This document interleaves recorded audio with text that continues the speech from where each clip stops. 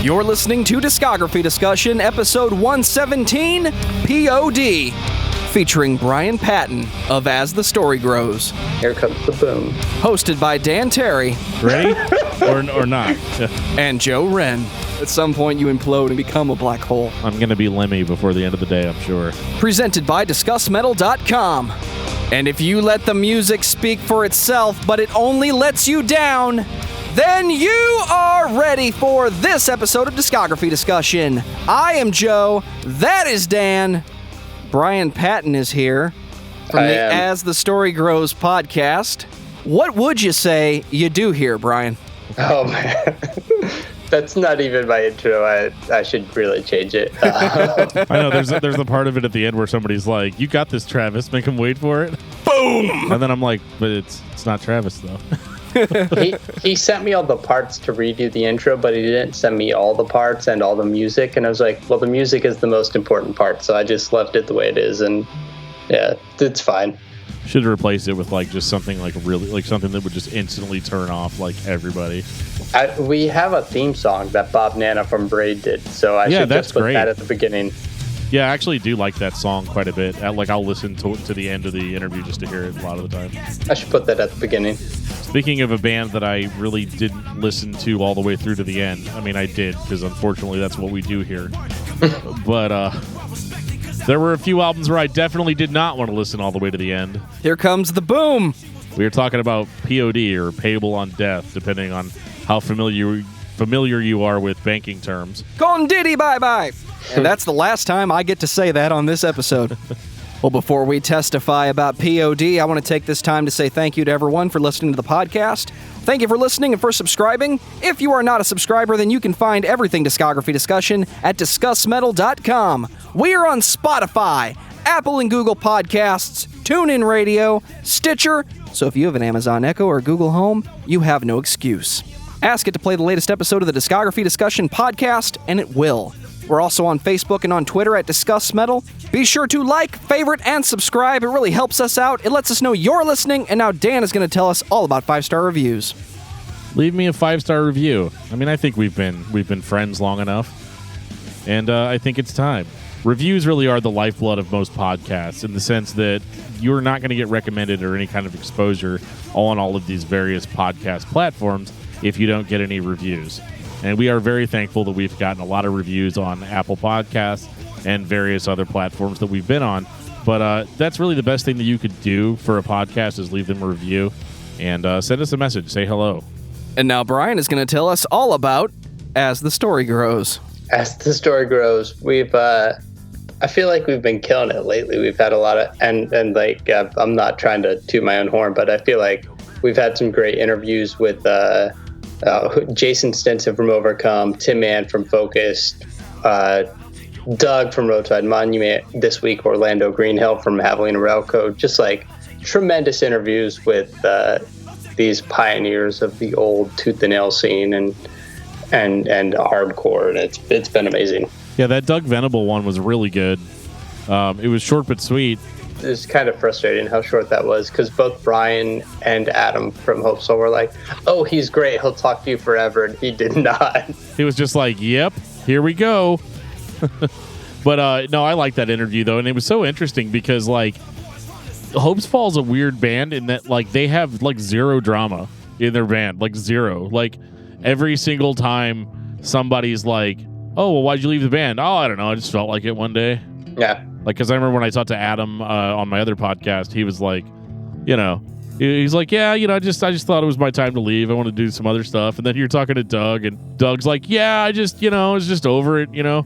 And, it was just so funny. I don't know if we ever got into the nitty gritty as to why Ryan left, but I think Travis did a little bit when he talked to him. Yeah, I think I did. It's not super complicated. I just think it was just his time to leave and do something else. So. Yeah. Yeah, and that's the story with Hopesfall. I remember being like, you know, did you guys ever get any flack for stopping being a Christian band? And he's like, no, not really. You know, yeah. And I'm just like, wow, okay. Hopesfall like never had any problems. No, I think it was super cool and super chill, and maybe this is overstepping my relational boundary here, but they're recording a new album right now, and it is the Satellite Years era band with Ryan Parrish. Nice. So that'll be awesome. Spoilers. Spoiler alert, that has not been announced because record labels are weird. But if you follow everybody on Instagram, like you would know. You could piece it together. That's cool. We're not like blabbermouth, so not yet. Have you met Dan Terry? I do blabber on and on.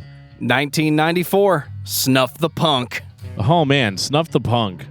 Now obviously, and I think a lot of P.O.D. fans can attest to this, this was not the first album that I heard by P.O.D. This was kind of no, it was not. I mean, I do consider myself to be a pretty old school fan of P.O.D., but I got into them more during the Brown era. And what was weird is that I bought Snuff the Punk at a Walmart. This was after Fundamental Elements had come out. So this would be the re-release? It is absolutely the re-release. And I didn't know that there were two versions until I was at a Goodwill looking through CDs. Because, I mean, you can, as hipster as it might sound, you can find some good shit in thrift stores. And I stumbled upon an actual copy of Snuff the Punk in its original glory with its original artwork and everything. And I remember putting the CD in and being like, oh, this sounds kind of like shit compared to my remaster. And so I sold it on eBay. And it wasn't even listed anywhere, but some dude bought it for like $80. It's crazy. It's the most money I've ever made on a CD on eBay. Nice. Like vinyl, I could see it, but for a CD. What's the most profit you made on eBay in one sale? That would probably be one of my video games, which was a copy of the game was called Shining the Holy Ark on Sega Saturn. It's an RPG. Nobody had ever heard of it, but the dude that bought it had heard of it, and he wanted it. So who was I to stand in his way? He went through a pretty vicious bidding war, but yeah, it was like upwards of like $200, which was insane because I thought the game was like mediocre. Off topic a little bit with that, but mediocre like this album. Well, this is not their finest work, but it's their first work, so you can't really judge it too harshly. And then it's like, hey, it's the first time we made noise on a record. But this is interesting because, so a song from Snuff the Punk actually appeared on an old Tooth and Nail compilation that I think we're all familiar with, Helpless Among Friends. And I actually had that on cassette, so I guess you could say that I had heard P.O.D. before, but for whatever reason, when I heard him on Brown or whatever, I wasn't thinking about that compilation or that old song. And this is a very different P.O.D. than I think a lot of people are used to. This is much more hardcore, I guess. It's got a little bit of that hardcore tough guy sound to it for the early 90s. It was really weird seeing them on compilations with bands like Strong Arm or I don't know if it was Strong Arm, but it was with Focused and Unashamed. It was weird how that all fit together so well on that compilation. Yeah, no, Lars Gotrich from NPR Music recently posted on Facebook. He had a question about this record, and he said, "Hey, remember when P.O.D. sounded like Shelter?" Which was funny when he said that because I never made that comparison. But when he said it, I was like, "Oh, I can kind of see that comparison to Shelter." But Draw the Line is the hit on that record, which ended up on their first Warriors EP. Because it's so different from the rest of this record, which is everything is super fast punk with super fast rapping, and it's this weird Bad Brains meets Rage Against the Machine thing that's weird. And the lyrics are all over the place, and it's kind of indicative of P.O.D. as a band in general, of how kind of good and how kind of cheesy Sonny can be as a lyricist. I'm glad you brought up the Bad Brains, Rage Against the Machine comparison. I get the same vibe listening to this that I do listening to the self-titled Project 86, where that's basically Rage Against the Machine. This is basically Bad Brains plus Rage Against the Machine, like you said. This was much more original. I can give it that. I kind of enjoyed listening to it, but I was this is a little too old school for me as far as the rap, the style of rapping and that sort of stuff. But there are moments that are pretty good. There's the song on there called Run, which I thought was pretty good. It's sloppy, but a lot of the songs out here were sloppy. Right.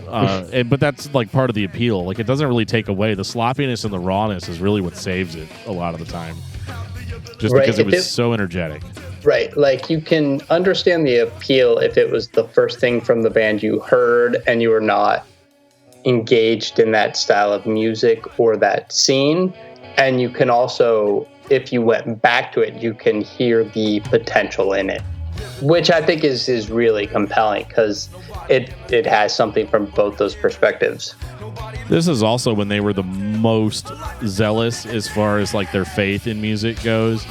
And it's kind of the same story with a lot of bands like P.O.D. where they start off so Christian that it probably could turn people off, just like how strong the approach is. I think on this album, they hadn't really learned the art of subtlety yet, or how to make it sound artful. But again, if you're sounding like Bad Brains or Rage Against the Machine, subtlety isn't part of the equation. It's you have like 30 minutes to just expel every single thing that you think about a variety of topics, and he definitely succeeds in that, like 100%. Right, it's like the same era of like Earth Crisis, where it's like, yeah, whatever your message was, you're going to be militant about it, and there's no subtlety in hardcore in those days. But I would say the party really got started with P.O.D., no pun intended, was on Brown, which came out 2 years later. This album is an entirely different beast from Snuff the Punk. I mean, Snuff the Punk is what it is, and it's kind of a time capsule of 1994. But Brown was whenever P.O.D. started sounding like P.O.D. as we know them now. They had a strong reggae influence, which wasn't even on Snuff the Punk at all. Like, you'd never get that out of there. But on Brown, they start bringing the reggae influences in. They start bringing in guests. They had a pretty exciting 2 years between those records, and they had grown as musicians. And this record just sounds like they were having a lot of fun and just throwing out as many different ideas as they could.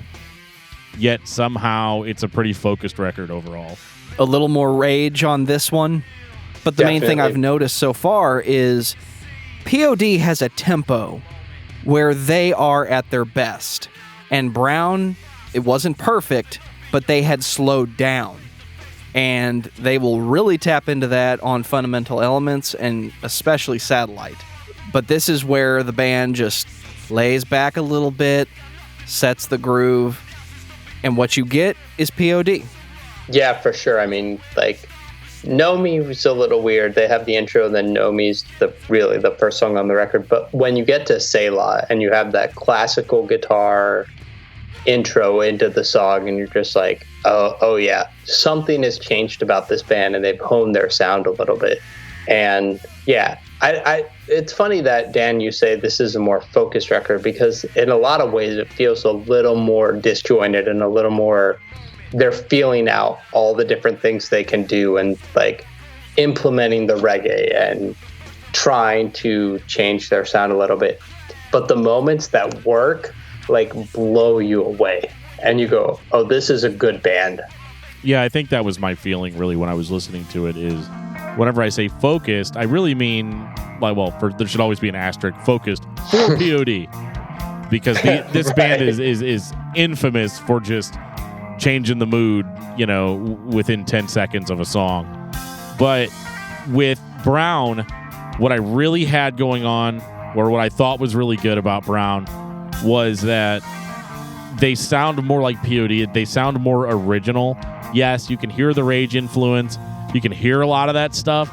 But on the same token, they are starting to sound more like an original band throughout and have their own style, their own way of kind of going through the waters of creativity. But yeah, sure, there's a lot of different types of stuff on here. Like there's a reggae jam, there's a punk song, there's a funk jam, which I was in an old band a while back where we had a funk jam as well. It was not it must have been a nu metal thing. The bass player was good. I said that our bass player was really good. He really, really carried that one for us. But what about me? Yeah, Joe, you did good too. Thanks, bro. I did not do good. It was very bad. I was actually trying to do like a Sonny from P.O.D. thing, and I was like announcing all the band members like he did on Snuff the Punk. Oh my gosh. Yeah, it was just terrible. And if you contribute $100 to patreon.com/discussmetal, I will let you hear the Funk Jam. I can't wait to see how many thousands of people line up to hear that. With P.O.D. though, like this album, one thing I really liked is that they had a few guest vocal appearances. And I don't remember by who because I didn't do good enough homework. My Brown liner notes are shredded. Like, so Is Brown the album you've listened to the most? Yes. Dirt is on Breathe Babylon. That's the guest appearance that I remember most from that record. I don't know that there's another guest appearance on that record outside of him doing that rap. I think it's him on Seeking the Wise. There's Maybe, there's like a spoken word part in there where it sounds like him. At least I assume it's the same person. It's really hard to tell, but I noticed that right away. I was like, okay, so they're bringing in guest vocalists, or at least just one. But the weird thing about this album, too, is I've heard two versions of it now. There are actually two versions of Brown as well. There's the original that was put on Rescue Records, but then like I've got this remaster also that like the vocals are turned way up, and they added a lot of stuff. Like we're listening to Breathe Babylon right now. And on the CD version I have, at the beginning, they're like, Babylon, Breathe Babylon, like all through the beginning of it. But in the original CD release, it's just the riff, and then the song comes in. They don't have those extra vocals. And then there's another song called Full Color. And on my CD version, they're like, hey, you guys remember how to do that song? And then they do like an a cappella version of that song. And then the real song kicks in like 30 seconds later. But then on the original, it's just the song.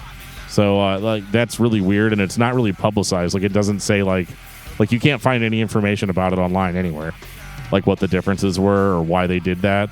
I guess maybe you'd have to like dig really deep into interviews. It's probably just stuff they did in the studio back in the day. But I would ask the question, why include it now? I don't think anybody was itching to hear P.O.D. basically do a Between the Buried and Me Selkies a cappella performance. Well, is that stuff from the Warriors EP version of the song? I don't know. You know, it could be. I don't know. Let's pull it up, because I actually didn't listen to the EP when we did this. Because I know the Warriors EP has different versions of Breathe Babylon and Full Color. So I'm wondering if we're that's gonna find out right now. It has a different version of Satellite or Southbound too. Oh, okay. That is kind of weird though, because it is on. Those versions of the song are legitimately on my Brown CD, so it's not like it's not like a weird like LimeWire thing where I downloaded something way back in the day and then ended up not being the right thing. Okay. I'm just curious. I'm curious too. Draw the Line's a new recording too on that Warriors EP. Oh yeah, and it sounds really good. Which is amazing. The Warriors EP, which we probably won't go into, is amazing, and I think was a lot of people's first real deep dive into P.O.D. Well, yeah, because that was the only P.O.D. album that was put out on Tooth and Nail, if I'm correct. Right, correct, yeah. Which is weird, because I think they would have been a really interesting flagship type of band for Tooth and Nail at the time. Would not have... Yeah, I think P.O.D. had bigger hills to climb that Tooth and Nail could not have gotten them there. But. Oh, I agree 100%, but it just always kind of seemed like Tooth and Nail wasn't that interested in P.O.D. just to do like a one EP kind of deal with them. Yeah, I'd be curious about that story that we'll never get, but probably not. Yeah, I mean, you can. There's a Tooth and Nail podcast out now, but I don't know if they're ever going to go over that. You know, like to do a whole episode on one EP. You know, might be a waste of somebody's time. But anyway, with Brown, that was my first introduction to the band. I don't want to say it's my favorite album, but it might be purely on the nostalgia alone. I mean, obviously, they got better after this. Like, that was let's establish our sound. Let's experiment. Let's see where we can go. And then that's how you move into their major label debut, which was The Fundamental Elements of Southtown. 1999. When this album came out, I was sitting in high school, in my high school math class, actually, and I was listening to some stoner kid trying to explain to another kid why he should listen to P.O.D. And the other kid goes, well, I don't really listen to Christian music. And he goes, the stoner kid's like, yeah, but you got to understand, P.O.D. is hardcore. He goes, how many other Christian hardcore bands are there? And I'm trying not to laugh, you know. But he's like, they're like the first Christian hardcore band. And the guy's like, yeah, but their lyrics are about like religion and stuff. He goes, yeah, but they're hardcore. Like that's all he could really muster out of that. And I thought that was so funny because P.O.D. was just instantly everywhere. I mean, Rock the Party Off the Hook drops on MTV, and suddenly P.O.D. is everyone's favorite band. and it was the 1999 version of. There are Christian bands that make rock music. Is this a thing?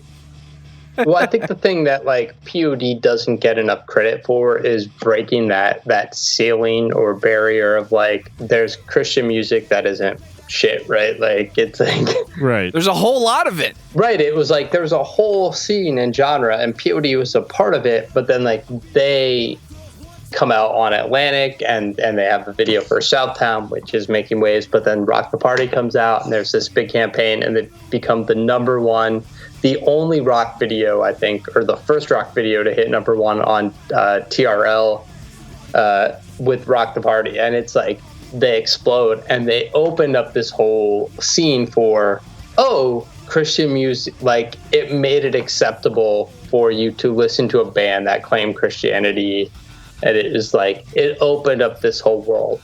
And I don't think they get enough credit for that.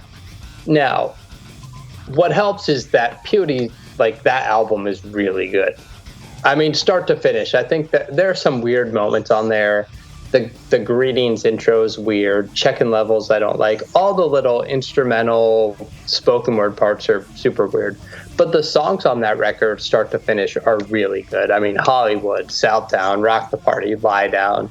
The cover of Bullet the Blue Sky is amazing. Like, in my opinion, better than the original U2 version.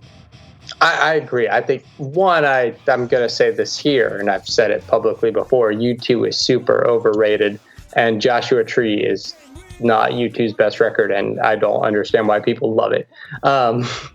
And P.O.D.'s version of Both the Blue Sky is definitely better than U2's. But, like, that whole album is great. It's one of the best sequenced albums out there. The whole track listing makes sense. It flows. I'm not going to be cheesy and say, it's like you're going on a journey. It's not really like that, but just the amount of bangers they hit you with in a row a lot of the time. Like, you almost like they had to have those little weird intros in there in order to break it up because it was so over the top. I mean, even the second half of the album, the B-side, is like, you know, you get Lie Down, which is one of P.O.D.'s heaviest songs. You know, and then you get Lie Down, they throw out Set Your Eyes to Zion, but then they just rip you apart with Bullet the Blue Sky. You know, these are just, like, the album just kind of goes on and on and on and on. But, like, it's all good. Like, I'm never, like, angry about it. Songs like Image, I could do without the Shouts track, but but right. I did, like, that's like a carryover from Limp Bizkit. But, like, you know, Tribal was really good. And then, the closer, Outcast, is just, like, an incredibly dark song that gets so intense towards its climax that, like, you're just like, holy shit. Like, are you guys sure that I'm listening to, like, Christian music? But, like, it is that. It's, like, equally zeal, and it's heavy, and it's heavy about its subject matter. But, like, for whatever reason, in 1999, everybody just decided that's okay. Like, I'm not going to get offended by it because I can relate to it. That's one thing I like about P.O.D.'s lyrics in particular, as opposed to other bands that were like them at the time. P.O.D.'s lyrics are about real things, like real struggles that people have. Whereas in a lot of other bands, you know, like your Korn and Limp Bizkit and stuff, it's all about, like, well, I'm really angry and I have all these imagined slights. You know, I think people might be talking shit about me behind my back or something. Like, with P.O.D., it wasn't like that. Like, everything seemed so much more real. Right. Well, and we'll talk about this, but I think, like, Southtown and Satellite, the lyrics on both those records were definitely Sonny's best output as a lyricist as far as whole records were concerned. And yeah, to start that record with Hollywood, with just, like, guts you, and you get the weird vocals at the end, and that same thing that hits you on Outcast at the end, like, it's a total record. And I remember a friend being like, why did you tell me about P.O.D.? You like Christian music? And I was like, well, I did tell you about P.O.D. And you're just like, oh, Christian Deftones, and walked away, right? Like, oh, no. And then he's like, well, what else you got? And I was like, well, how heavy do you want to get? How deep down the rabbit hole do you really want to go? You know, I was like, well, if you really want to know about good Christian, like, listen to Zayo. Talk to me in a week. Right. Here's a Zayo record. Take 2 of these every night. Call me. Yeah. Right. Just let me know, you know. And either that person never talks to you again, or they're like all about it. This is also the album where everybody kind of noticed what a good rhythm guitarist Marcos is. I went out and bought this delay pedal after hearing Rock the Party Off the Hook for the second time, trying to figure out how he made that sound. Oh, yeah. Marcos, especially on this album, his guitar tone, I don't even have the words to really say what I'm thinking. But if you need a guitarist to sit in the mix and not get in anyone else's way, it's difficult to do without having to struggle or fight with the artist, because once you get these massive egos, you have to get your shit in, to borrow a wrestling term. Marcos does what he does. He sits in his own little pocket of the mix, and he does everything he needs to do. I remember his pedal board being one of the first I ever saw that legitimately surrounded him and had at least 13 pedals on it. And he's making all these sounds himself. The majority of his guitar parts are not overdubbed. At least they don't sound like they're overdubbed. Most of the time it sounds like him playing the part, and what he is able to do with his hands is the part. He might double it to get the full sound, but there's no, I'm going to lay this line up here, and then I'm going to play this part higher up and create this harmony and have this little layover effect thing that we got a lot of in hardcore and metalcore in a few years. If Marcos can't play it, you're not hearing it. Right. It's like they finally had the major label funding to pull off the sound they had been trying to do for 2 records, and they had honed it via touring and for years. I mean, we're talking, 94 from Snuff the Punk to 99 on Southtown. Like, they had the years of touring and crafting that sound to know what they wanted and, like, to build that craft and sound. And they finally had the funding to be able to do it. What's interesting about this album, too, is it's a major label debut, but it actually allows them to, like, they're allowed to make all their own creative choices. Like, yeah. I couldn't see a record label executive being like, hey, that song Set Your Eyes to Zion, go ahead and leave that on there. That's a really cool breakup to the way the album sounds.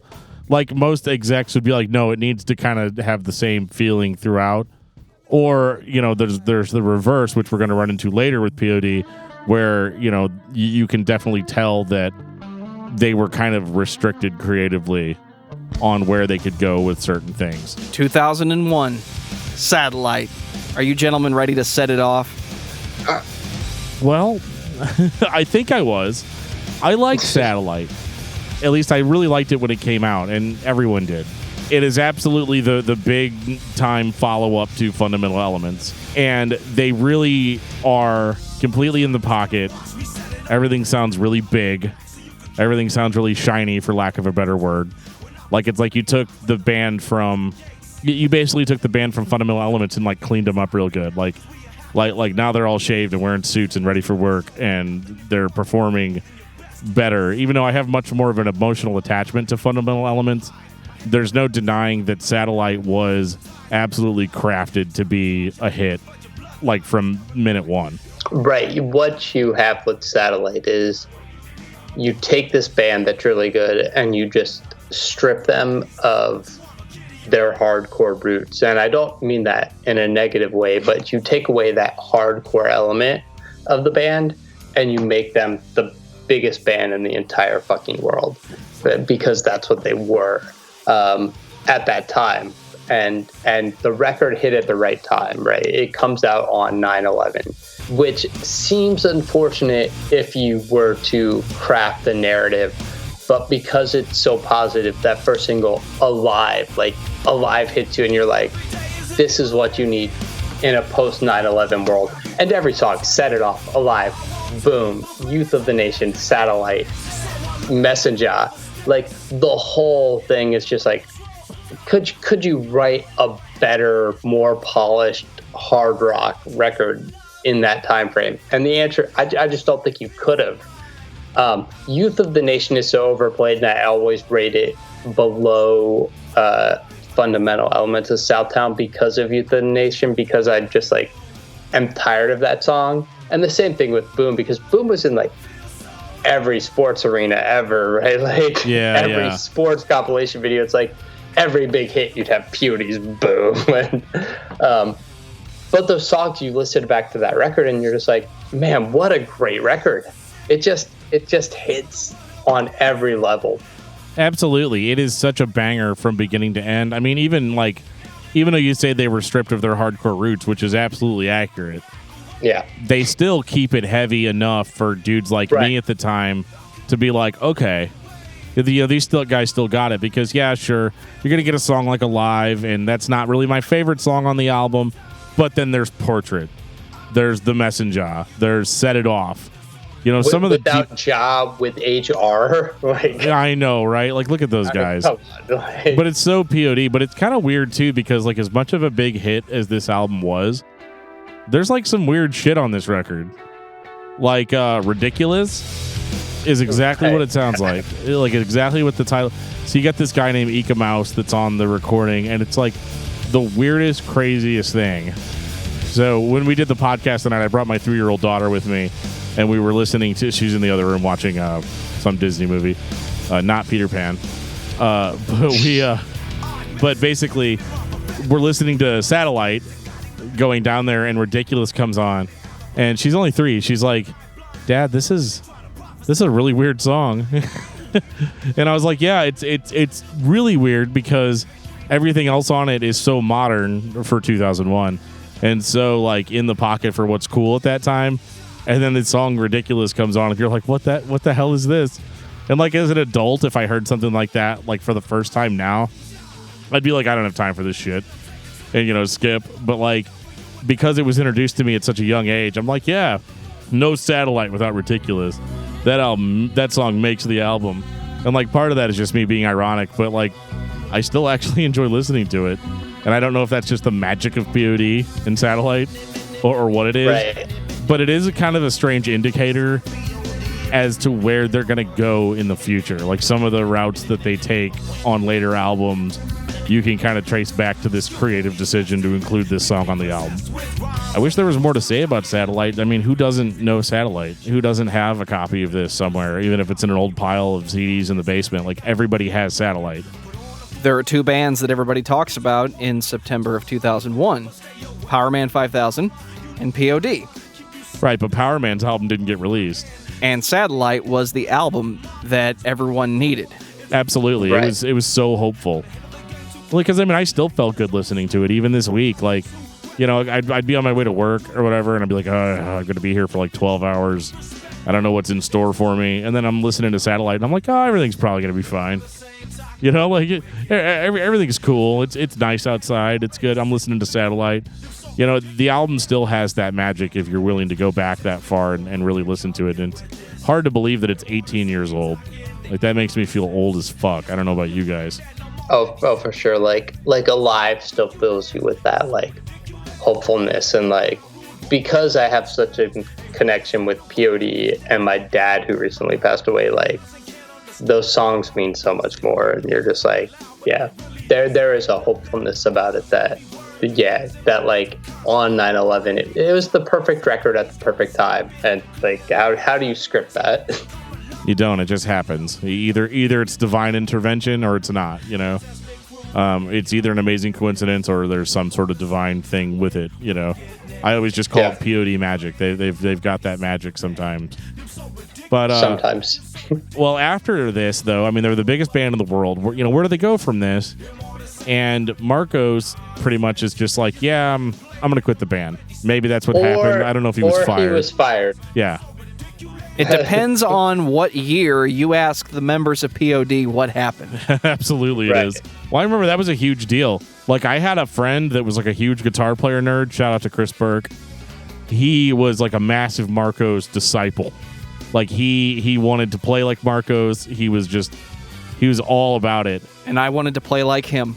And I remember doing like, hey, dude, did you hear that Marcos quit P.O.D. or got fired from P.O.D. or whatever the story was in 2001 or 2? I don't remember. I think he left in 2002, not 01. But anyway, he goes, they're never going to be able to replace him, right? And I was like, what do you mean? He's like, oh, he's so unique. I learned so much about Marcos from that guy. But he's like, he's so unique, and nobody's ever going to sound as good as him. And fuck this band if they try to replace him. They should just break up now and call call it a day. And I'm like, well, I mean, they just put out Satellite. They can't break up. Now there's like investors involved, like P.O.D. is going to be here for a while. Yeah, P.O.D.'s not going anywhere. So they hire a replacement. I remember they got booked for this Matrix song that they were supposed to record, and they ended up saying like, okay, we found a new guitarist. His name's Jason Truby, and of course I'm like triggered immediately. I'm like, Jason fucking Truby is what you guys actually meant. Hell to the yeah. This guy is just the best. I like the first 3 Living Sacrifice albums. I have gone on record. Really, the first 4 is what he was on.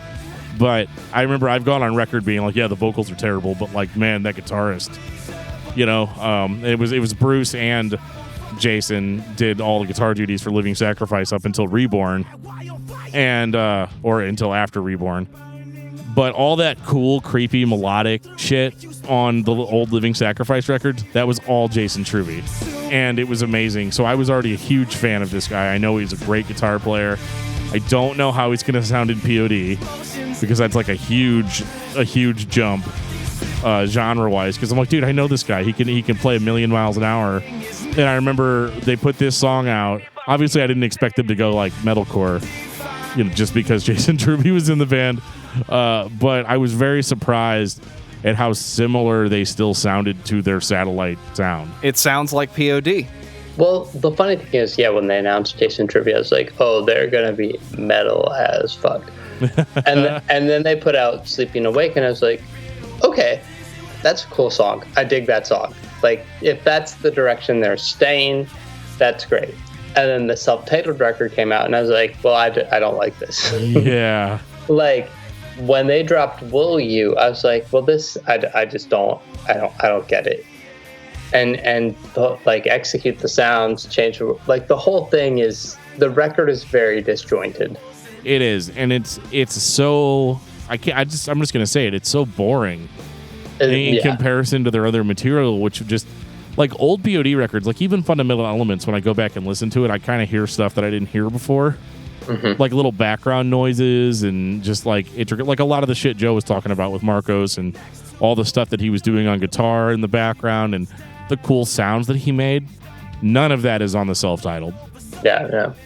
And I knew something was wrong right away because like I really anticipated hearing this album, and I was actually disappointed that Sleeping Awake wasn't on the self-titled. Like I was like, oh, that's not going to be like the lead-off single, or they're not going to like try to just throw that on there as a bonus track or something. They didn't, because it didn't make sense because the record was so different from Sleeping Awake. Right, Sleeping Awake sounds more like a B-side from Satellite than it sounds like the self-titled. And it's funny because I bought the CD, I put it in, I was so excited, I was about to go on a long car trip, and I was like, "Fuck yeah, me and my P.O.D. self-titled, that's all I need." I hadn't even heard "Will You" yet, so because Wildfire, I tended to do that. So Wildfire kicks in, and like literally within like 30 seconds, when he's like, "Give me some of that Wildfire," I was like, "Fuck this band!" I just took it out. like I'm done. Like, well, what are you gonna do? So I was like, okay, maybe it was just a one-off. Sonny's always been kind of weird, Like I'm gonna give him a pass. So I put the CD back in and I skip, and what follows is just really formulaic, generic radio rock with P.O.D.'s creativity sprinkled in there, but it was like their bad creativity. Like the decisions that they, like Executing the Grounds. Is it Executing the Grounds or Sounds? The Sounds. Oh, the Sounds. I'm thinking about coffee. But this song is like straight reggae, but it's also kind of weird hearing Sonny talk like that because he doesn't really sing like that all the time, and it kind of bothers me because it feels like he's just doing a voice, which is like a really hypocritical statement coming from me because like obviously Zayo's just doing a voice, like he doesn't talk like that, but for whatever reason for P.O.D. it's just not what I wanted. I was like why are you guys going so heavy with this reggae thing? What happened to Southtown? What happened to just rocking the party? What happened to Lie Down? Like that angry, aggressive sound. But wasn't that the whole problem that people had with them was, oh, look, they're a Christian band and they do these funky rhythms. No, they're not Christian. They're Rastafarian. That's not Christian. Yeah, they got accused. Well, it kind of is. Yeah. Because of the reggae visual. I don't know if you can have a visual in an audio record, but... Well, yeah, they had visual issues with both Southtown and this self-titled record, which with the whole visual censoring thing is weird in its own right. Weird, goofy. I could say the same thing about some classic Incubus. We like sure, that.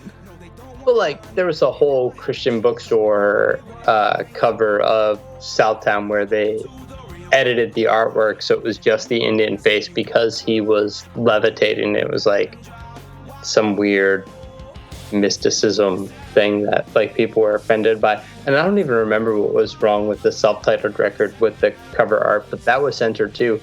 But like, in hindsight, I've listened to the self-titled record and been okay with it. But like, when you listen to their discography and you go Satellite to the self-titled, you're like, no, this record does not have any of the same punch or like, you just don't feel it, right? Like, there's no like sense of urgency or like want there. It sounds tired.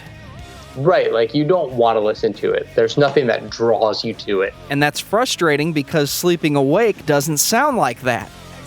Right, Sleeping Awake is so compelling and you're like, this song is great. All of their like one-off singles that they did for movies, like Whatever It Takes, School of Hard Knocks, Sleeping Awake, they're all great. And like none of that urgency is in this record. No, and everything's like muted. Like stuff doesn't sound as heavy as it should sound. Like the production's really weird on it. It's like thick and glossy. Like you're just wading through a sea of shit to hear the songs. But like everything's like thick sounding. Like they're trying to make it sound big, like Satellite sounded. It's all Truby. But yeah, right up front. But that's the problem, is that Jason Truby was largely blamed for this album, which is unfair. Which I've wondered is part of our perception, fan perception of like, we expected the band to be X because of Truby. Right. And like at Post Living Sacrifice, he's been living in a Phil Keaggy world. Yeah. And P.O.D. is what they are with their influences with Jason Truby in this Phil Keaggy, like guitar virtuoso world. And we just wanted it to be metal. So is that our fault for projecting, or is it just the band never lived up to what they had been? If this record was legitimately good and people just hated it for some arbitrary reason, which unfortunately does happen a lot, I would agree with that it's just our projection of what we wanted the album to be. The album itself is very slow. It's boring. It doesn't even hold a candle to what Satellite was. So if you only use Satellite as your measuring stick, you're going to be disappointed. Like, no matter what, you're going to be disappointed with this album. I think even if Marcos had been in the band and it sounded note for note the same, I would feel the same way about it. But I maybe I'm going to jump ahead here. They improved on Testify. Well, I was waiting for somebody to bring it up. So I'm back and forth on Testify. 2006. Me too. It takes me in a lot of weird emotional places. Agreed. First of all, sorry. That self-titled man just puts me to sleep every time. It's not their best. Not at all. On Testify, though, somebody came to their senses and was like, dude, you guys have to put out a record that like sounds kind of like Satellite. Like, or maybe even some of your older sounds, like bring some of that shit back because people are rioting. I don't even think Testify sounds like Satellite, but I just think like there is an urgency on Roots and Stereo, which I know we've made fun of up to this point, like the whole Modest Yahoo edition, but like Roots and Stereo instantly grabs your attention in a way that nothing on the self-titled record did. Well, yeah, that's because it instantly sounds like P.O.D. again. Right. You know, it's new P.O.D. It's not like this weird experimental thing that they did with some chick with a butterfly wings on it. You know, like it's not trying to be something it's not. It is unabashedly P.O.D. on Testify. Yeah. And I think largely that's why it succeeds. Roots and Stereo, when that chorus kicks in, like I'm like, yeah, this is cool. Like how smooth the chorus is. It's got that harmonized vocal that they started using a lot more later in their career, and I think it sounds really good and was a great addition to their sound. And it's so weird, too, being a kid listening to something like Brown and then listening to Testify and being like, yeah, this sounds like P.O.D. because it sounds nothing like Brown. But they've done such a good job of convincing me of what the P.O.D. sound is that I'm okay with it. Right, and even like, I think Goodbye for Now is a fantastic song. Oh my goodness. Where they tapped into their pop sensibility side, that Youth of the Nation thing where you're like, this is super catchy and it's exactly the song for the moment. And it has Katy Perry on it, which who was nobody at the time in its own right. Yeah, she was like nobody at the time. Yeah. I remember our buddy Scott Bowling had Sonny from P.O.D. on his show, Good Company with Bowling, which is like a YouTube show. And he sat down and talked with Sonny face to face, and Sonny was saying how, like, you know, we had this girl that hung out at the studio with us like the whole time we were doing Testify. And, you know, we called her like a studio rat, you know, like she just hung out and she'd bring us food and stuff and, you know, like he'd just hang out. And he's like, and who knew that girl that we called a studio rat became Katy Perry? Because it's weird though, because like when I call, she doesn't answer anymore. I've seen Katy Perry live. She's amazing. Oh, she's incredible. I mean, oh my God, like, that range. As a performance artist, she's fantastic. Isn't she on the list of people that can actually pull it off live? I think so. I would assume. When you're in a big, giant stadium like that, you have no idea what is actually going on. Like, I've seen Taylor Swift in the stadium, too. Like, you have no idea.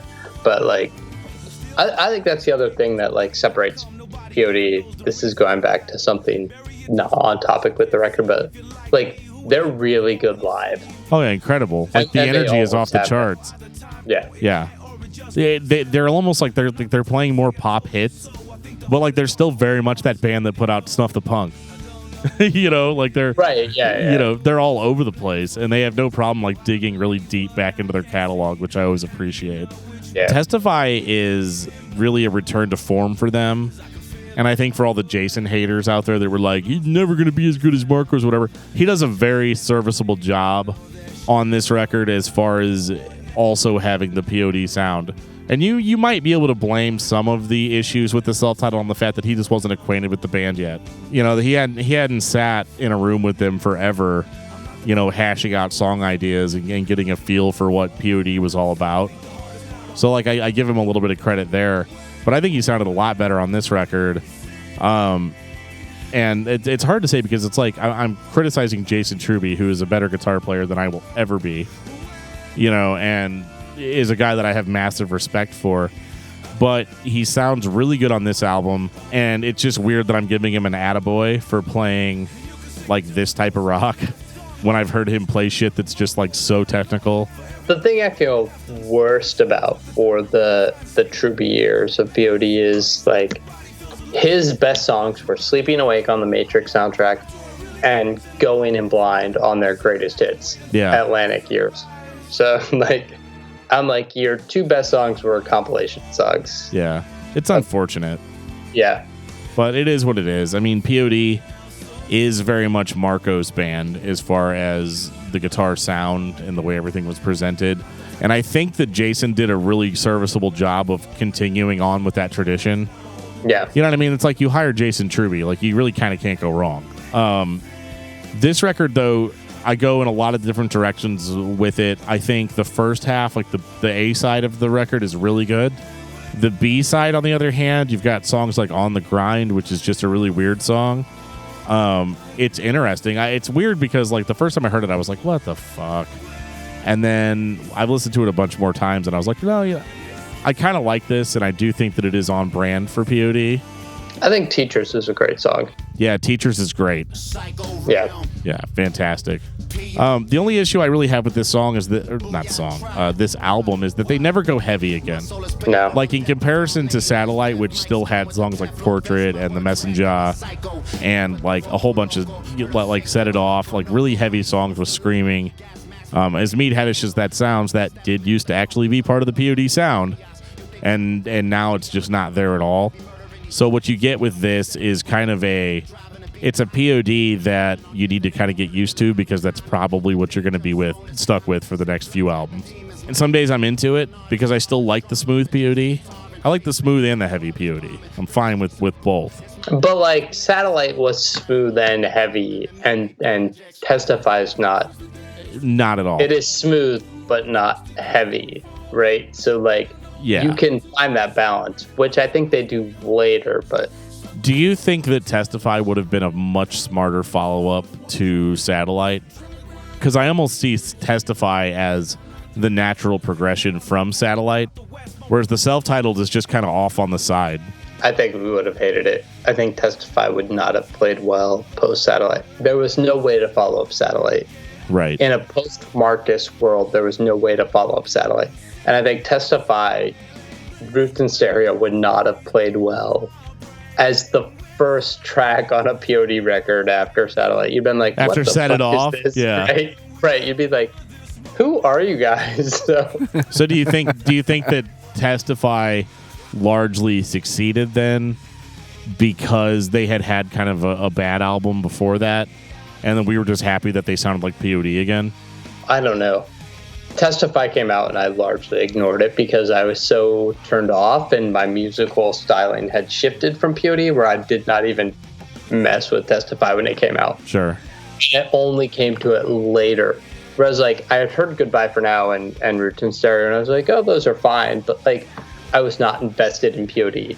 in the same way I'd been with Satellite because the self-titled had turned me off and music had so shifted in those few years so quickly. Right. Yeah. So I don't know how that relates because I come to Testify later and I look back on it with more hindsight. All of this is looking back on hindsight. Oh, yeah. Like, that's this whole show, dude. Well, I know, but like in the moment, I didn't give Testify 2 cents because I was like, I don't care about P.O.D. anymore. Right. When that record came out, I had moved on. Well, unfortunately, we have to keep moving on. 2008, When Angels and Serpents Dance. Hey guys, Marcos is back. You can't tell. He came back and I was instantly interested again. I was like, oh, what are they going to do now? Yeah, and then they put this album out. I think it's half good. It is much better when I listen to it this time than it was the first time I listened to it. Maybe I just know more about music. Like, because like now when I listen to music, I tend to like criticize it and take notes and try to find the good and the bad, you know? But like back when this came out, I was still just a general music fan. And so I was like, this is not the P.O.D. that I signed up for. I'm out. That's fun because when I listen to music, like I just put it on and whatever my general impression is how I try to take it in. And sometimes you just know, you listen to a record and you're like, I'm going to like this record better later. I don't like it now, but I'll like it better later. When Angels and Serpents Dance is a very emotional record. It also is very stripped down. In its approach, it's very like bland sounding. Like look at the production quality is a little bit flat, I guess is what I'm trying to say. It's not like really effects heavy like Testify was or like Satellite was. It's very much focused more on the instrumentation. I actually found it to be pretty enjoyable because the lyrics do seem really emotional and really deep, but the songwriting itself isn't very compelling. What do you mean when you say songwriting? I mean that the songs don't really have the hooks in them that they had on like Testify or on Satellite. Like I've listened to this album 4 times this week and I couldn't like really remember any of the choruses. But like the other albums, like even the bad ones, I couldn't get out of my head. See, I would disagree because I think like Addicted, Shine With Me, the title track, like all of those songs, like I think the hooks on those songs are great. And you have like Paige Hamilton from Helmet. Well, that one, God yeah, forbid. that like, one was cool. That's yeah. super cool. But I think there are great hooks on this song. I think there are songs on When Angels and Serpents Dance that stick to you. Where I lose the songwriting is with what P.O.D. did when Marcus came back for a long time, which was like every song starts with a guitar riff and then builds from there. It's like every song was this dun dun da da da da da, and then like went from his guitar riff was the intro and everything was the same. and there was no diversity in their songwriting. That's where I lost songwriting. But I think, I mean, there are some like stinkers of songs, like California is a terrible song. They're starting to reach rain every day. Like there are songs like that are not good on this record, and it is a problem that would be P.O.D. later. But I think like Addicted, Shine With Me, and the title track, I think they're all like, it's like, okay, this is what the band could be. This is what we're building towards. It's not a good record, but there are good songs on it. Well, and that's the whole thing, is that you have to look at where we're at now. Well, before we had entire albums that were good. You know, I don't skip a whole lot on Satellite. I don't skip a whole lot on Fundamental Elements. I don't really skip a lot on Brown, really. Mm-hmm. So now we've got an album that like 3 or 4 of the songs are good. So it's one of those, like, at that point you would put on an EP with your best material. Right, which might make it par for the course. Right. For what they had been doing. Yeah, absolutely. But I'm more compelled by these songs for whatever reason. To me personally, I'm more compelled by the songs that work on this album than what they were on the self-titled or Testify. Well, yeah, I mean, I can give you that for sure. Like, I kind of agree in 2019 in that when I listened to this for the podcast specifically, I did find it more enjoyable than I did the very first time, because the first time I'm just a meathead and I'm like, where's the heavy? You know, and it's funny though, because this album is actually heavier than Testify in places. Right. You know, you can't have Paige Hamilton on and write like a shitty ballad. However, this album, for whatever reason, didn't catch on for me. Like I said, there were some good songs, because at the same time, P.O.D. is still a very high caliber band. So, like, I still don't think yet that they've released an album that is just total shit from beginning to end. Yeah, right. And I still don't feel that way. Like, spoilers, throughout their whole discography, I don't feel that way. However, we get into Murdered Love, and mistakes were made. I disagree. Ladies and gentlemen, let's go. 2012. Are you ready to kill love? Or murder love? Because if you just say kill, that could still be like a unintentional manslaughter kind of deal. But this is straight up murder, like premeditated. Some Tim Lambesis shit. Yeah, oh shit. he who shall not be named, Tim Lambesis. But I hate it. Anyways. Did you read the article from that interview I did with Scott Mellinger about Tim Lambesis? I did. It's one of the very first interviews I've ever done where like somebody said something so funny that like it blew up. It has been requested that Tim does an interview on As the Story Grows, and I said, fuck you. Yeah, I don't want to talk to that guy. Fuck him. I was like, that would be really great for ratings, but no. No. You can either take the easy way out or not, right? Right. All right, Murdered Love. Let's get back. Okay. You want to start? Or you want me to start? You start, because I'm curious about what you have to say and why you don't like this. I love the first 5 songs on this album. I think it's really cool. Like when I heard the single Murdered Love, I was like, the boys are fucking back. You know, this is awesome. Even though I really didn't care so much for the delivery, the way the verses are delivered is kind of weird, but like I get what they're doing. It's just not my preference, so I'm not going to shit on it. But it definitely wasn't my preference. But I love the chorus. It just sounds so P.O.D, so in the pocket, and I'm like, oh my god. If this whole album sounds like this, I'm going to shit. I did not shit. And that's because the rest of this album does not sound like this. But it is still really good, but not for the reasons that it's kind of like a bait and switch. Like, it's a good record, but it's not good for the reasons that I was led to believe it was going to be good. That's fair enough. I remember I saw them live, and they played On Fire. I remember being like, okay, it's a good song. Like, there's nothing remarkable about it when they played it live. You're just like, okay, it's a good song. And then they released Lost in Forever, and I was like, oh, this hits on a super catchy hook, like a great guitar riff. Like, Lost in Forever is that Satellite type single. Like, it has everything, and I was instantly hooked. Murdered Love, that I thought was great. I mean, the record, like, start to finish, like, Eyes is fine. Like, it's a good song. Higher, Like West Coast Rocksteady, I don't love. But I think overall, start to finish, like when you look at P.O.D. with Marcos, like it was like with when Angels and Serpents Dance, they're trying to feel their way through the relationship again. And then when Murder Love came out, you're like, oh, they found it and this works. And I Am, like, the only beef I have with I Am is I wish they would not have edited the song. And like, well, they backed out on it too. And there's apparently there was a vinyl version that was released, and somebody put it up on YouTube where Sonny saying fuck is not edited out of the song, which sounds a lot better. But even then, even with the edited, and like the funny thing is my brother bought the CD from a Christian bookstore, and he's like, that song's not even on my album. And I'm like, well, that's the best song on the record, so you got the wrong version. Undoubtedly. Even edited, I think I Am is so good and so compelling, and you're like, it just feels like there's a confidence there that they did not have, where they're just like, we can do whatever we want because it doesn't matter anymore. Yes and no. Like, that is how it comes across when you hear the album or you hear the song. And I will tell you, I Am is definitely one of the best songs on the album, if not the very best. Yeah.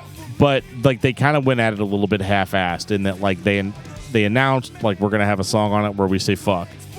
And everybody's like, why would you do that? And by everybody, I mean, like, they're Christian fans. Because I hate to say it, but, like, by this point in their career, a lot of the fans that they gained with Satellite and Fundamental Elements are largely gone. They still have the Christian community to rely on. So to be that brash and to be like, yeah, we're going to say fuck on an album. Like, yeah, I'm sitting there being like, yeah, dude, say whatever you want. Because it is, in a lot of ways, one of the most honest P.O.D. songs you've heard in a long time.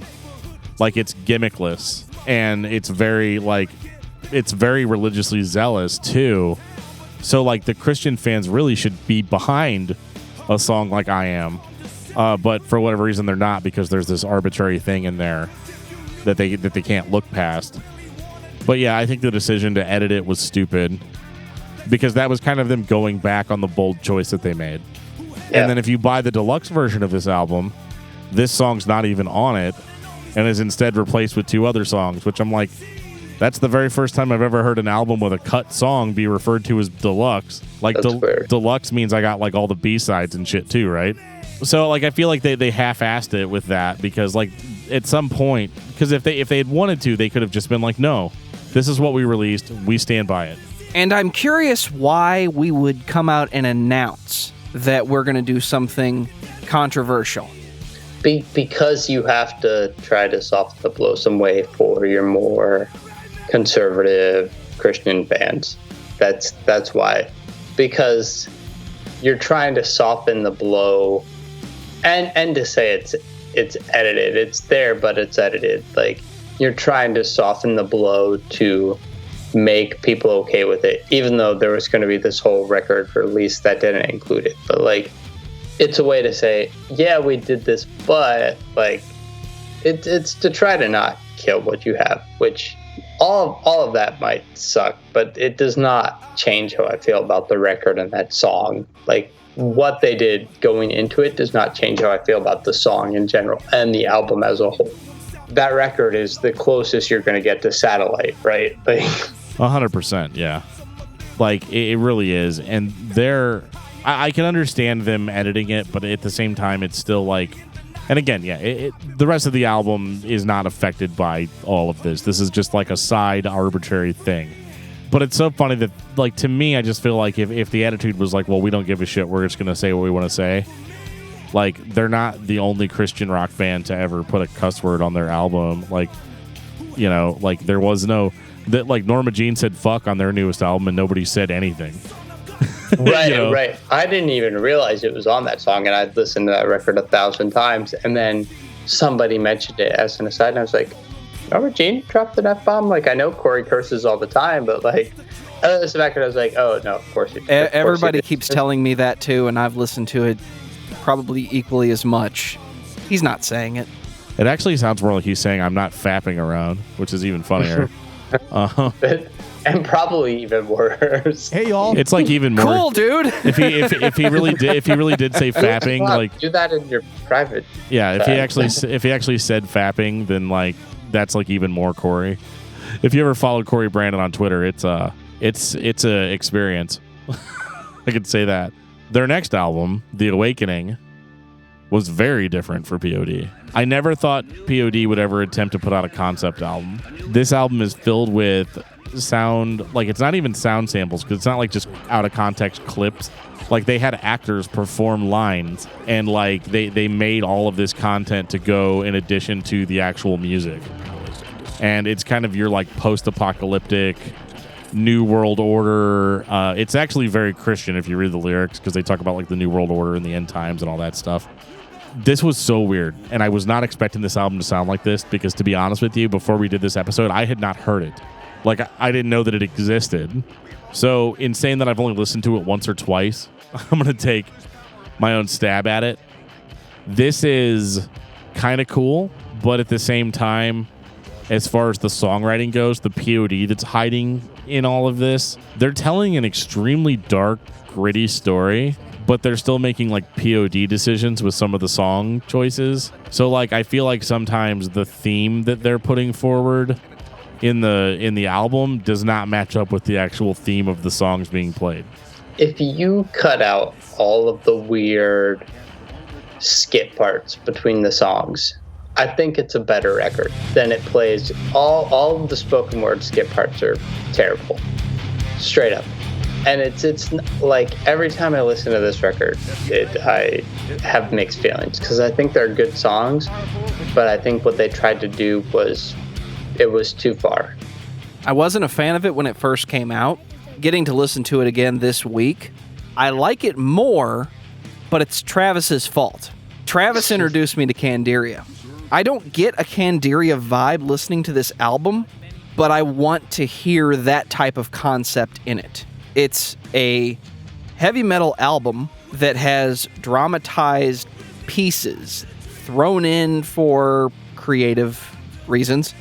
The music fan, the heavy metal fan in me, wants to complain about that, because once I hear it once and I can't skip it, if I don't want to listen to it again, I get frustrated. If I want to just listen to the song Am I Awake, I can't, because I have to listen to the extra stuff. Right. I mean, that's what I'm saying. If you cut out all of that extra stuff, all the voice actors, it would be a better album. Like, Am I Awake's pretty good. This Goes Out to You, like, okay, it's their pop single, it's fine. Criminal Conversations with Maria Brink, great. Revolution with Lou Kohler, great. Like, they're good songs on here, and if they just told their story without like hammering the point home, like, you're too stupid to get it, so here's these skits in between so you know what's going on, like, that ruins it. My biggest issue is that they're not even in between. They weren't even nice enough to separate them into separate tracks that I could skip. Right, they're make a fucking in the songs. songs. What I wanted to do is make a fucking playlist that just had the songs on it that I could just listen to freely. And they're like, no, we're making this creative decision for you, because fuck you, Dan. That's why. I'm sure that's exactly what they thought when they were putting it on. I don't have a lot to say about it. It has some good songs on it, but it's kind of been the trend with a lot of P.O.D. albums for the past 3 or so, where you've got like 4 or 5 good songs on a good album, but on kind of the worst ones, there's like maybe only 3. It becomes really hard to take this band seriously when they're like, okay, guys, it's 2018. And we're going to put out an album that is like totally a return to form, because they've kind of been feeding us that line of bullshit for a while now. So with Circles, I went into it being like, you know what? I'm going to give them the benefit of the doubt.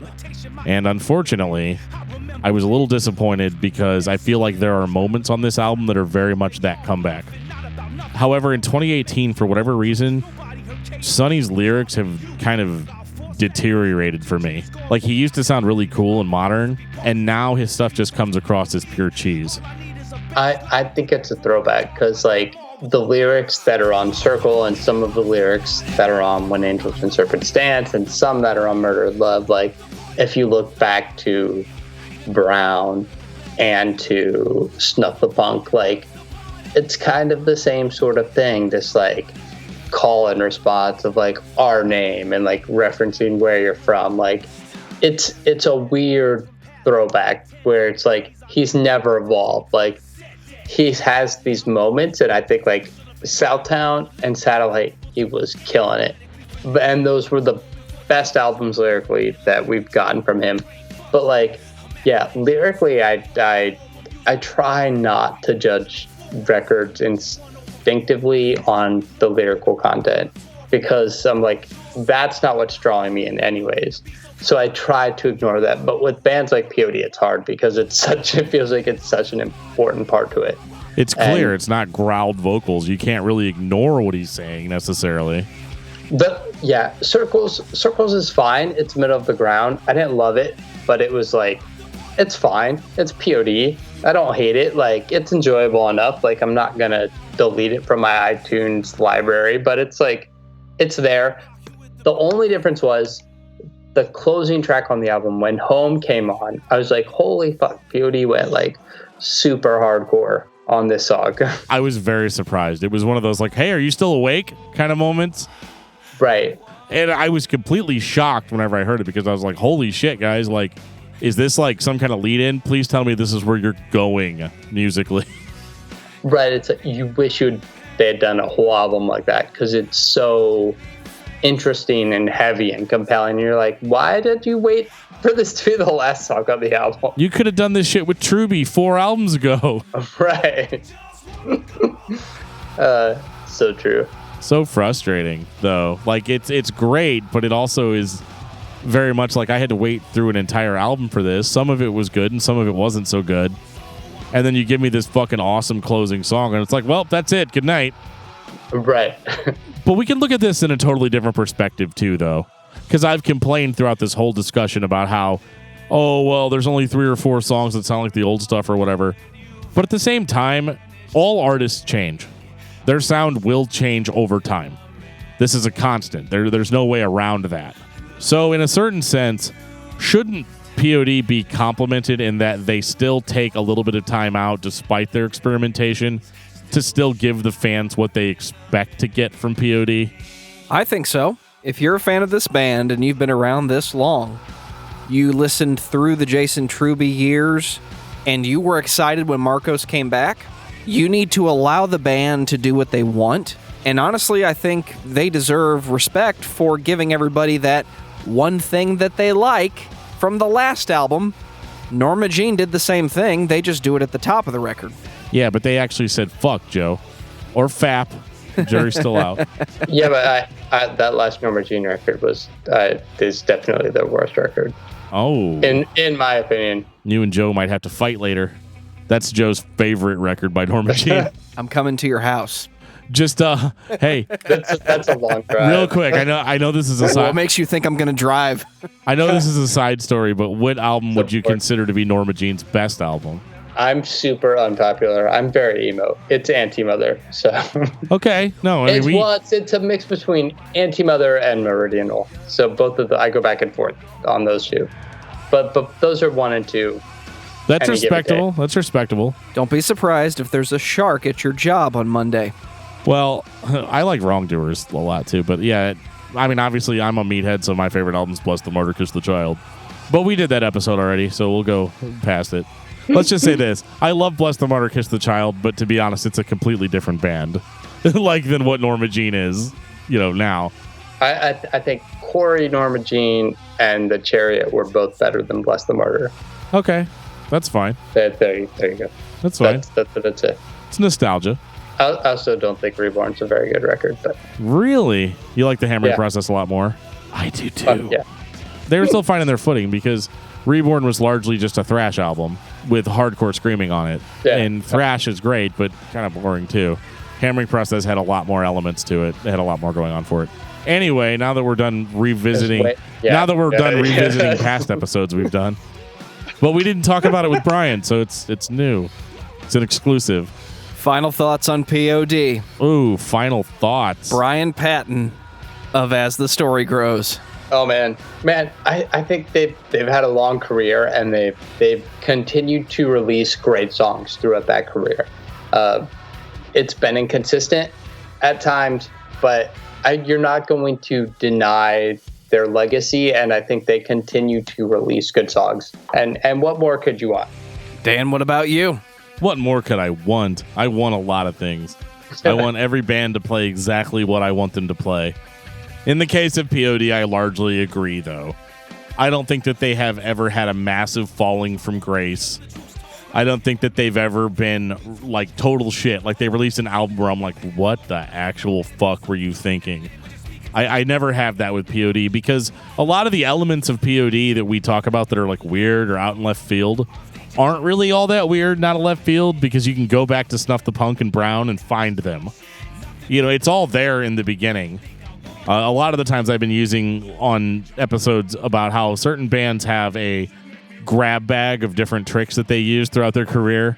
And P.O.D., all the elements have always been there, no pun intended. They've always been there.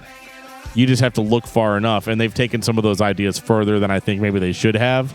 But I wasn't the one making the creative decision. So, you know, it's all good. I think as long as I get a few tracks that I can bob my head to and really get behind, I think I'm always going to give the new P.O.D. album a chance. I think P.O.D. plays a style that is unique to them. There are similarities to other bands, Rage Against the Machine, Bad Brains in the early days, Project 86 at times. But for the most part, if you listen to P.O.D., you know it's P.O.D. Nobody has that reggae-influenced vocal delivery mixed with groove, hard rock, heavy metal. And as far as I'm aware, it's the same members that have been in the band for over 20 years. So if you're a fan of bands that don't change, P.O.D. is going to make you a little upset because they've changed quite a bit, but they still try to do enough of that thing that you like to keep you coming back. So listen to P.O.D. Dan, what's your album of the week? Oh, man. Well, my album of the week, we've been doing this new metal deep dive. It's so funny, too, because this is like New Metal May or whatever, but like we really haven't really been like, this is a very new metal, because P.O.D. largely kind of isn't that. Like, they kind of were at first, and I understand how they were associated with the scene of new metal bands in the early days. But for the most part, their career really isn't new metal. But because we are listening to new metal, I get to my album of the week, which is actually Headspace by Pulse Ultra. I've been revisiting that one. I'm surprised you would even take 1 minute of your life to listen to that album again. I like the first 2 tracks, and I kind of like track 3 now, so we're making progress. Brian, what about you? And I've been spinning the new Get Up Kids record, Problems, which officially released the day that we're recording this. Called Did I say it's called Problems? Problems, yeah. So new Get Up Kids record. They've been at this for a long time, and they've kind of returned to that form of early punk rock emo sound, and I love it. It's been great. I've been spinning the vinyl a lot lately. Very cool. Mine would be Atomship, The Crash of 47. It's with, if you want to hear us talk to the drummer of Atomship, you can find that on episode 47. Is that right? Not even close, Not even close, sorry. Dude, once we got over 100, I was like, I don't know, an episode we did in the past. Did we talk about that band? Yeah, we talked about that band. And Is this going to be a revisited or a revisited album? We will do that sometimes. We're like, well, I just want to talk about this band again, and so we will. It's even more fun if you like make your opinions opposite of what they were on the original episode and just don't say anything. On the As the Story Grows like Simplecast page for all the podcasts, it was, I guess, originally the Black Vinyl Club Black podcast? Vinyl Collective, yeah. Collective, whatever. So like we're 20 episodes ahead of the As the Story Grows quote unquote chapters. So I'm always like, episode 182, chapter 162. That's when you're like, it's just whatever you guys want. Just say it in like a drunken slur. It's whatever you guys want it to be. Oh, Travis messed up on his final episode, and somebody was like, hey, the chapter's wrong for where you were. And I was like, that was his fault. There's a reason that guy's not on the show anymore. Yeah, it's he the keeps old messing up. It's the old guy. Me. That's the old guard who hated social media and why the show wasn't popular. I'm just kidding. Yeah, I know. We're under new management now. That's how you just have to respond. Right. Yeah. People in those days originally were not happy that we were under new management, but that's okay. Yeah, we weren't past that. People wanted him to Jay Leno the show when Conan O'Brien took over the Tonight Show, and they're like, just be Jay Leno and come back until you find a better host. That was an actual email I got, and I was like, well, Travis doesn't run this email anymore, so thank you. Yeah. Thanks. The guy that you were just talking shit on is the guy that got this email, so fuck you a lot. Yeah. Right. Hey, Good Bryan, time. thanks for doing this with us, man. Always. It's so fun. I love it. It is super fun. It's even more fun when we have conflicting opinions. I agree. Because, like, with the mutual respect there, it's like, well, I'm not going to call him a fucking idiot. Of course, I did do that to Jeff, which might have been why you left. I don't know. Those didn't count. Hey, guys and girls, it's not just a guy thing. Did you know that you can reach out to Discography Discussion in a variety of different ways? People are always asking me, hey, Dan, can I request a band for you guys to talk about on the show, even if you've never heard them before? And I'm like, yes, absolutely, you can do that. And one of the ways that you can do that is you can email us at danandjoeshow@gmail.com. You can reach out to us on Facebook, which is facebook.com/discography discussion. We have a official Facebook group for Discography Discussion. Just click to join it, and I will let you into the group, unless you're a weird, spammy porn bot, in which case I'll probably just creep on it for a little while, and then deny it or accept it, depending on how I'm feeling. The other thing that you can do is we have a Discord server for Discography Discussion. There's going to be a link in the show notes. If you click on that, you will be invited to our Discord server. That is an open chat that is going 24 hours a day, 7 days a week. So if you guys want to talk to us that way, you can. I have it on my phone, so I can respond to you pretty much anytime I'm not asleep. Oh, and you can also follow us on Twitter at discussmetal.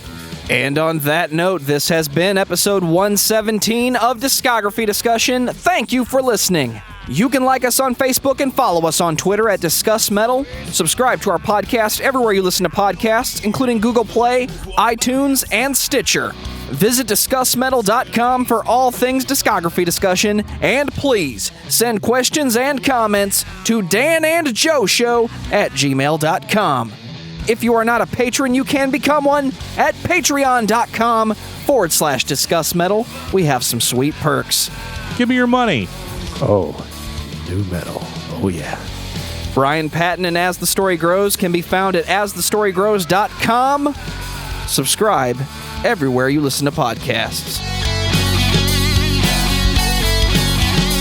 Yeah, but before I was host of As the Story Goes, Travis, when he would do interviews, he would be like, cut this out, Bryan, while he was talking to whoever the guest was.